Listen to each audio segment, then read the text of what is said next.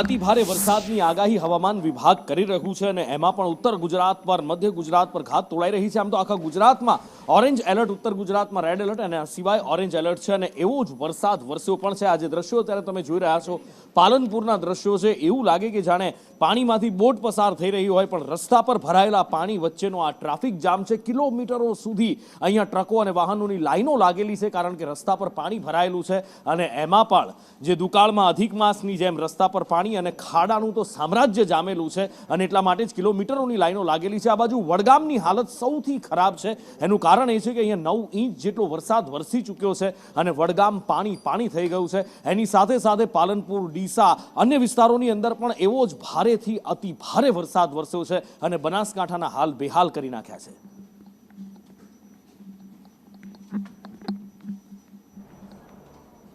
ડાવસથી બાઈવાળા જે જોડતો રસ્તો છે એ 1 થી 2 ઇંચ વરસાદ થાય ને તો આ રસ્તો બંધ થઈ જાય છે। અમારા અહીંયા લગભગ 40 થી 50 ઘર છે, એમના છોકરા ભણવાનું બંધ થઈ જાય છે। દૂધ પણ અમારું ઘેરે રહે છે। એક ઘર કુએ તમે ગણો તો અમારો લગભગ 25 થી 30 લીટર દૂધ છે, તો 40 ઘરનું દૂધ કેટલું થયું? આવી રજૂઆત અમે કેટલીય વખત કરી। આ રસ્તા માટે પણ અમે રજૂઆત કરી છે। કેટલાય વર્ષોથી આ રસ્તા માટે રજૂઆત કરે છે, પણ અમારું કોઈ સાંભળતું નથી। કે જૂઠા છે। અહીંયા દૂધ છોકરાઓ લગાતાર 2-3 દિવસથી આજે ભણવા ગયેલા નથી અને પાણી ગળા આજુબાજુ, ગળાથી થોડુંક જ નીચું છે। તમે જોઈ લેજો, આ પાણી એટલું બધું છે કે ટ્રેક્ટર પણ ચાલતું નથી। ઘણી બધી મુશ્કેલીઓ આવે છે। એના કરતી આ તંત્ર કંઈક કરી અને અમારા રસ્તા, એક ટ્રેક્ટર ગાડી પલટી ખાઈ છે, 2 બાઇક અંદર જ પડે છે। સોસાયટી છે, અમારે સોસાયટી મોટી છે, 200 ઘરની વસ્તી છે, પણ કોઈ નિકાલ આવતો નથી સાહેબ। અમારે દેણું દળા દાવું હોય, બાળકોને નિશાળે મૂકવા દાવું હોય તો ખૂબ તકલીફ પડે છે। થોડો વરસાદ આવે તો તકલીફ પડે। શિવને મંદિરે દર્શન કરવા દાવું હોય તો કેમ જવું? કોઈ ઓભળતું નથી। અમારું ધારાસભ્યને કીધું, સરપંચને કીધું, નગર પંચાયતને કીધું, પણ કોઈ ઓભળતું નથી। પણ તમને એવી માંગણી કરો કે અમારે પાણી નિકાલ કરવો એવી અમે પ્રાર્થના કરો છો। સોસાયટીમાં છેલ્લા 2-3 વર્ષથી પાણી ભરાયેલું રહે છે। થોડું વરસાદ આવે તો પણ પાણી ભરાઈ જાય છે। દહીંનું દળાવવા જવું હોય કે સ્કૂલ જવું હોય, કોલેજ જવું હોય, ગાડીઓ બસ કંઈ આવી શકતી નથી, પાણી ભરેલું છે।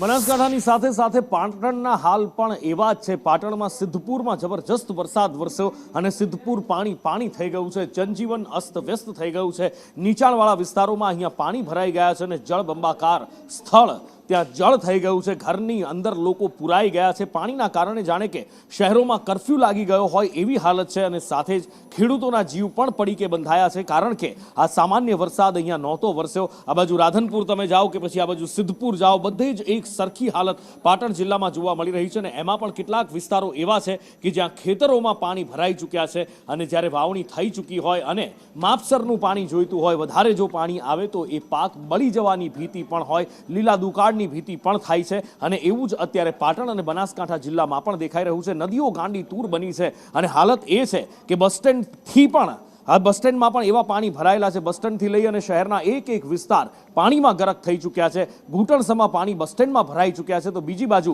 કેટલાક ગામ એવા છે કે જ્યાં એક જગ્યાએથી બીજી જગ્યાએ જવું હોય, રોડ તમારે ઓળંગવો હોય તો નદી જાણે ભરાઈ હોય રોડ ઉપર, એટલું ધસમસતો પાણીનો પ્રવાહ જે રહ્યો છે અને એના કારણે દોરડા બાંધી અને લોકોને અહીંથી પસાર થવું પડે છે કે જેથી આ ધસમસતો પ્રવાહ કોઈને ખેંચી ના જાય।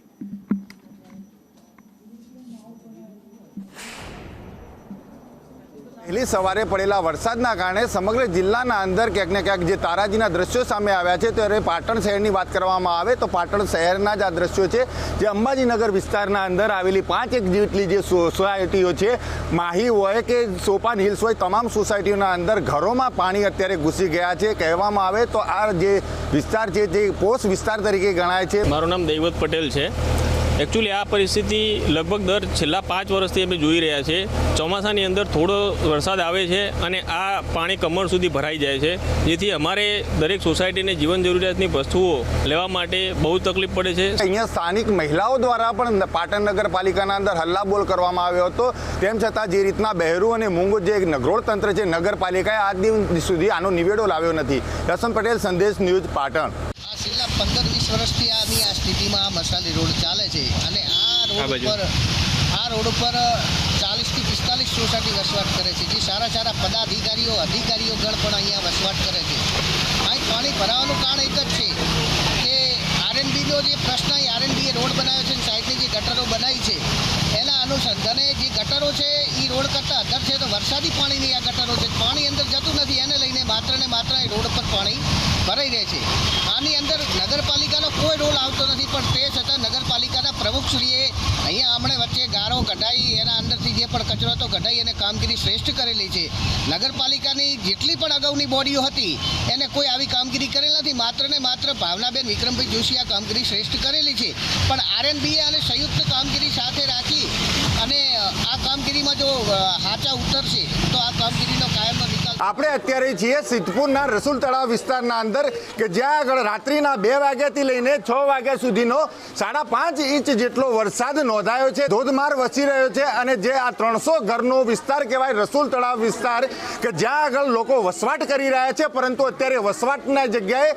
તેઓ ખૂબ જ ભયંકર મુશ્કેલીનો સામનો પણ કરી રહ્યા છે ઘરોના અંદર ઢીંચણ સુધી પાણી પહોંચી ગયા છે રાતનો 2 વાગ્યાનો અમારા વરસાદ ચાલુ છે ઘરના અંદર પાણી ભરાઈ ગયું છે કેળ સુધી તે કેળે સુધી અમારો સામાન બધો તરતો થઈ ગયો છે અમારા બચ્ચા નાના આજુબાજુ ચાળા ઘર છે તેઓ બેસાડ્યા છે પરંતુ કલાકો વીતવા છતાં ગત મોડી રાત્રેથી જે રીતના વરસાદ ખાબકી કહી રહ્યો છે અને અંદાજિત 7 ઇંચ જેટલો વરસાદ અત્યારે નોંધાઈ ચૂક્યો હશે કારણ કે ગત મોડી રાત્રિથી વરસાદ આવ્યો છે તેમ છતાં અહીંયા તંત્ર વહારે આવ્યું નથી યશવંત પટેલ સંદેશ ન્યૂઝ